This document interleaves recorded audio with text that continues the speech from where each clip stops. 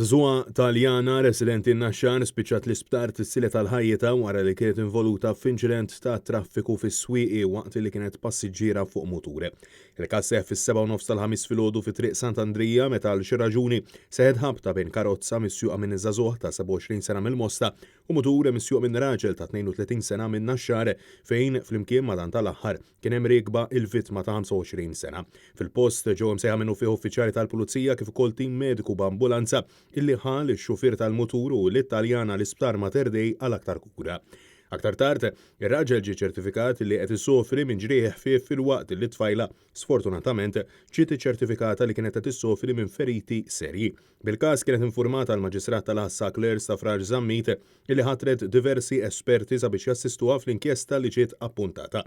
L-investigazzjonijiet rigward dan il-każ qed jitmexxew mill-Pulizija tad-Distrett ta' San Ġiljan.